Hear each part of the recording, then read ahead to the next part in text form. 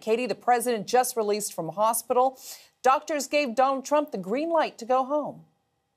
They did. And you'll notice Donald Trump stood on the balcony there of the White House on the South Lawn, and optics are a very big deal for this president. And he had deep concerns that by being sidelined with COVID, by being hospitalized with COVID, the reporting from American networks, main networks here, as well as some of the major newspapers, including the New York Times, is that he was concerned that he looked weak. And that's why he had that photo op, that controversial photo op that happened on Sunday. But what we just saw there, that live picture, those live images that were at the end of Power and Politics, right into the start of your show, Carol, we saw that image, Donald Trump trying to show a projection of strength, standing there on the back balcony of the South Lawn of the White House and saluting the helicopter and the personnel on board, standing there, illustrating that it's business as usual. And that's the image he very much wants to project, even though with his concerns with his health, it is very much not business as usual at the White House.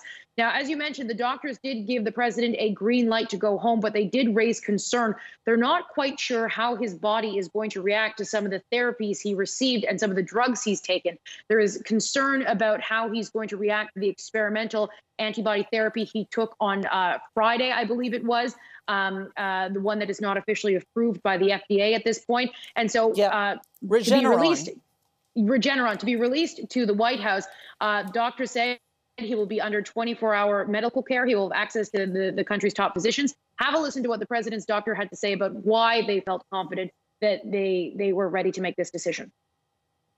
We're looking to this weekend. If we can get through to Monday with him remaining the same or improving, better yet, then we will all take that final deep sigh relief.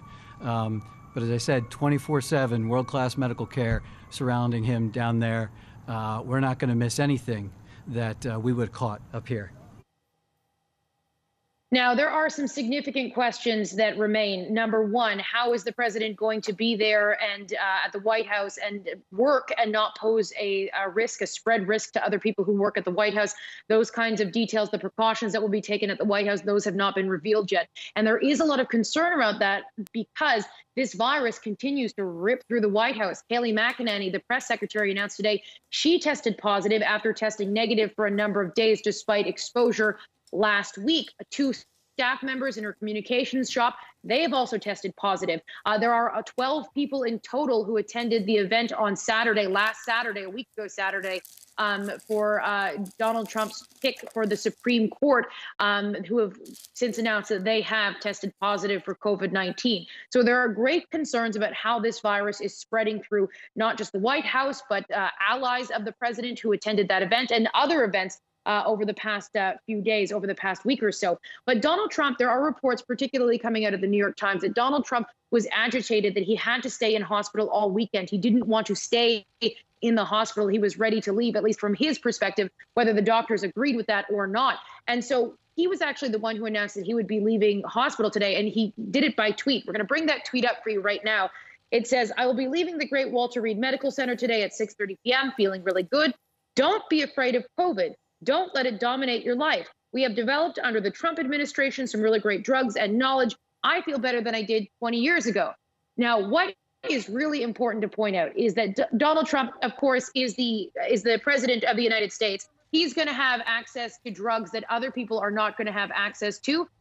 He is the president and he gets world-class care. He gets the best care in the United States. That is very much a given. But he had access to those the experimental drugs that most Americans are not going to have access to.